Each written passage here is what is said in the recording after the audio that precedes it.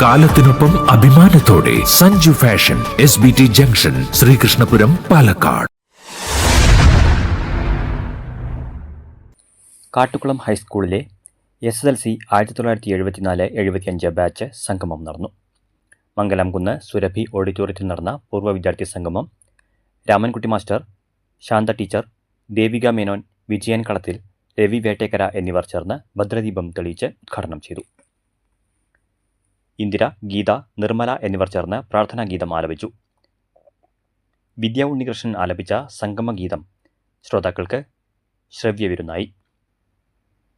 അധ്യാപകരെ പൂച്ചെണ്ടും പൊന്നാടയും സ്മരണികയും നൽകി ആദരിച്ചു. അധ്യാപകരുടെ ആശീർവാദ പ്രസംഗത്തിനു ശേഷം പൂർവ്വ വിദ്യാർത്ഥികൾ സ്വയം പരിചയപ്പെടുത്തി. വിശ്വനാഥൻ നന്ദി പറഞ്ഞു.